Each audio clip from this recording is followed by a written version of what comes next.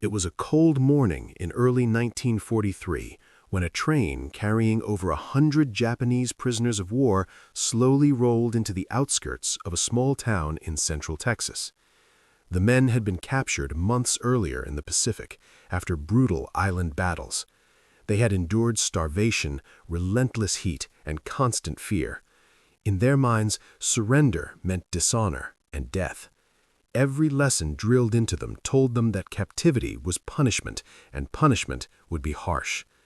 As the train hissed to a stop, Lieutenant Commander Sato Kenji pressed his face against the window, watching the dusty Texas plains stretch endlessly. He expected barracks filled with misery, guards barking orders, and rations barely enough to keep a man alive. What he found instead was bewildering. Waiting on the platform were American soldiers, rifles at their sides, yet their faces were calm, almost gentle. No scowls, no shouting, no signs of malice. An army officer stepped forward, speaking through a Japanese-American interpreter. "Welcome. There are heated barracks and food waiting inside. Please follow us." The POWs hesitated. Their training had taught them that enemies showed no mercy. Every act of kindness was suspect. Was this a trap? Were they about to be executed under the guise of courtesy? Whispered conversations spread through the group. "Why are they helping us?" asked a young private, his voice trembling. "This is the end, surely," another replied. Inside the barracks, warmth from coal stoves pushed back the chill, and soldiers handed out thick coats, wool socks, and sturdy boots. The prisoners looked at the items, confused and suspicious. In their previous experience, these were luxuries, not rights. Their minds struggled to reconcile the generosity with the fear they had carried for months. Then came the mess hall. A long line of POWs shuffled forward, trays in hand. Steam rose from large metal containers, revealing rice, beans, vegetables, and meat. Food abundant, hot, and carefully prepared. In Japan, the tradition of a last meal before execution was well known. The prisoners' eyes widened as realization struck. They thought this was their final meal, the last gesture before death. Silence fell over the hall. Some men sat frozen, hands trembling. Others began to weep quietly, unable to believe the irony. Surrender had brought them not death, but kindness. Lieutenant Commander Sato Kenji stood and addressed the men, urging them to maintain discipline and composure. "We face this together. Eat calmly, but stay vigilant," he instructed. Meanwhile, the American officers were baffled. Why were the prisoners hesitant to eat? Through the interpreter, they quickly understood the misunderstanding.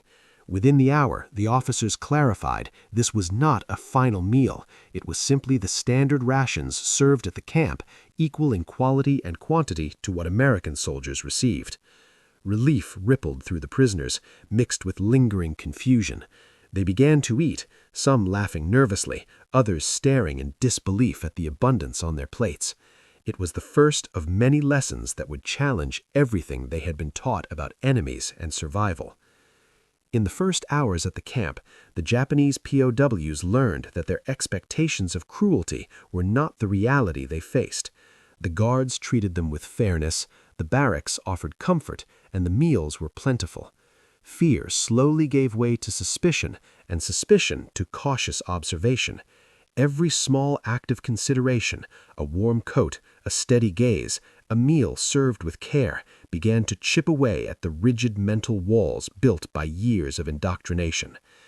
The journey of these men had begun in fear and expectation of suffering, yet in the dusty fields of Texas they were confronted with an unfamiliar reality. Humanity, even in the midst of war, could be extended across enemy lines. This first chapter of their captivity would set the stage for a transformation that no battlefield had ever offered. Days turned into weeks, and the Japanese POWs at the Texas camp began to settle into a rhythm that none of them had expected. The fear and suspicion that had gripped their hearts on the first day slowly gave way to curiosity as they began to notice the patterns of life around them. The barracks were warm and clean, the beds sturdy, the stoves filled with coal that kept the bitter Texas nights at bay. Work assignments were distributed, but they were nothing like the brutal labor the men had feared. Timber cutting, maintenance of camp facilities, and tending to vegetable gardens became the new normal. Each task was measured, fair, and purposeful, with clear instructions and reasonable breaks. For the first time, the prisoners were paid, camp script credited to their accounts, and they were allowed to purchase small comforts from the camp store: cigarettes, candy, notebooks, even art supplies. Lieutenant Commander Sato Kenji began keeping a diary, meticulously recording his thoughts and observations. It is strange to be treated with fairness by those we were told were devils. The rice, the blankets, the warmth, all are unfamiliar gestures. I do not understand this world. Language, too, became a bridge rather than a barrier. Prisoners organized informal English classes, teaching one another the strange grammar and idioms of the English tongue. At first, they struggled with pronunciation and formality. Concepts so rigid in Japanese culture seemed absent in English. Yet as the days passed, they noticed something remarkable. The Americans spoke with a kind of equality, addressing every man respectfully, regardless of rank. This small observation, seeming trivial, planted seeds of reflection in their minds about hierarchy, dignity, and humanity. Art and sport emerged as further channels of connection. Enin Nakamura, a young pilot with an eye for detail, began painting scenes from the camp: the endless fields of Texas, the neatly lined barracks, and the curious interactions between prisoners and guards. His watercolors captured moments of absurdity, humor, and warmth, a world far removed from the war they had been trained to expect. Baseball games were organized, with prisoners forming teams to play against the guards. Laughter echoed across the fields, tentative at first, then more genuine, as both sides discovered a common humanity in sport. Medical care became another revelation. When a prisoner developed appendicitis, he was transported immediately to the camp hospital. Surgeons operated with skill and care. Nurses monitored his recovery attentively, and he received pain medication and privacy, treatment that many had believed was impossible for enemy soldiers. "They saved my life," he whispered to Sato, incredulous. "I expected death, not care." News from the Pacific arrived gradually through newspapers, radio broadcasts, and carefully monitored updates. Each story brought a mix of pride, fear, and uncertainty. The prisoners learned of battles raging far from Texas, of comrades still fighting, and of the casualties mounting in Japan. Yet here, in the camp, life continued in stark contrast: orderly, safe, and surprisingly humane. In the prisoners' minds, the psychological shift was subtle but undeniable. Fear, suspicion, and rigid adherence to indoctrinated beliefs gradually gave way to reflection. The men began to question the narratives they had been taught about their captors, about surrender, and about honor. Every act of kindness, a warm coat, a carefully prepared meal, attentive medical care, or respectful conversation, became a small but powerful counterpoint to decades of war-driven indoctrination. By the end of the summer, the prisoners were no longer simply surviving. They were learning, creating, and adapting. They had built a community within the camp, and with each passing day, the walls of fear and expectation slowly crumbled. The white rice they had once feared as a signal of death now became a symbol of life, sustenance, and perhaps even hope. The first chapter of fear and confusion had transformed into a second chapter of cautious understanding. The POWs were no longer just prisoners. They were witnesses to the unexpected humanity of those they had been trained to hate. And yet the world beyond the camp continued to wage war, bringing news that would test their newly formed perspectives in ways they could not yet imagine. If this story of humanity amid war is capturing your attention, take a moment to subscribe to the channel and click the bell icon. Share this video with someone who needs to see how compassion can transcend conflict. These untold stories remind us that even in the darkest times, acts of decency leave lasting impacts. As 1945 began, life at the Texas camp had settled into a strange rhythm, orderly, peaceful, and far removed from the violence that raged across the Pacific. The prisoners had grown accustomed to daily routines: tending gardens, attending classes, practicing English, playing baseball, and enjoying artistic pursuits. Yet even amid this tranquility, the world outside the camp pressed relentlessly. Reports from the front lines painted a grim picture, battles growing more intense, cities bombed, lives lost. The Japanese POWs followed these updates closely, their hearts heavy with concern for family and country. In August 1945, the stark reality of the war reached the camp in an unprecedented way. News arrived of a new weapon dropped on Hiroshima, followed days later by Nagasaki. The scale of destruction was unimaginable, even to those who had survived war in the Pacific. The prisoners listened in stunned silence as interpreters conveyed the details. Families could be affected, cities leveled, lives extinguished. For many, it was impossible to reconcile the safety they had experienced at the camp with the devastation unfolding at home. Captain Henderson and other camp officials handled the news with transparency and care. They provided context, explained what they knew, and reassured the prisoners that their treatment would remain humane no matter what happened.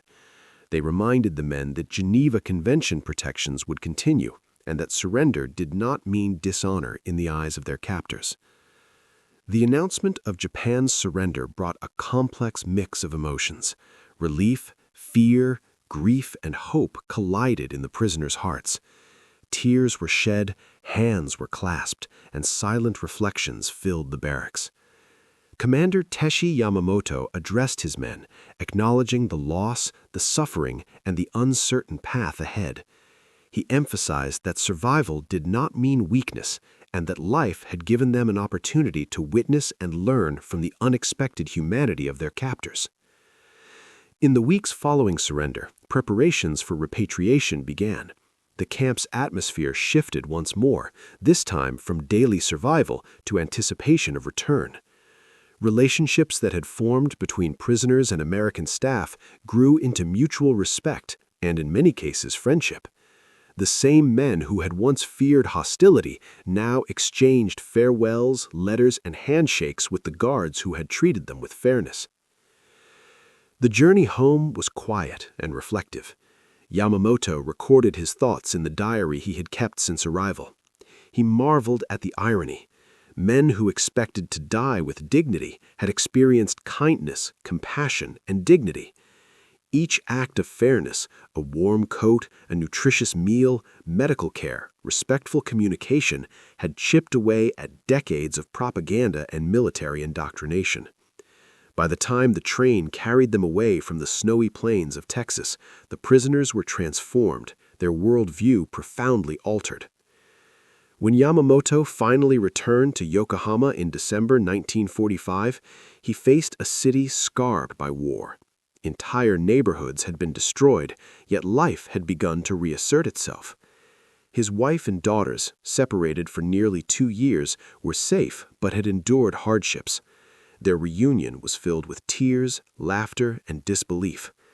Yamamoto shared the story of Camp Texas, the warmth, the white rice, the respect, the freedom to practice faith, and the small acts of humanity that had preserved life and dignity. His family struggled to comprehend it. How could the enemy be so kind when the world had taught them to expect cruelty? In the years that followed, Yamamoto became an advocate for understanding and reconciliation. He shared his experiences with young Japanese citizens, emphasizing the dangers of dehumanizing others and the importance of questioning propaganda. And in Nakamura continued to paint, capturing his memories in art that eventually gained recognition. Lieutenant Sato pursued a career in education, using his experience to teach cross-cultural understanding. The story of the Texas camp and the white rice incident became a touchstone for discussions about conflict, compassion, and the human capacity for transformation. As the world rebuilt, Yamamoto reflected on what he had learned. Survival had given him time to think, to grow, and to reconsider notions of honor, duty, and humanity.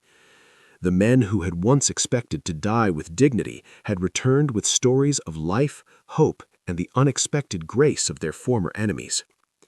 If this story moved you, make sure to subscribe and click the bell to uncover more untold moments from history.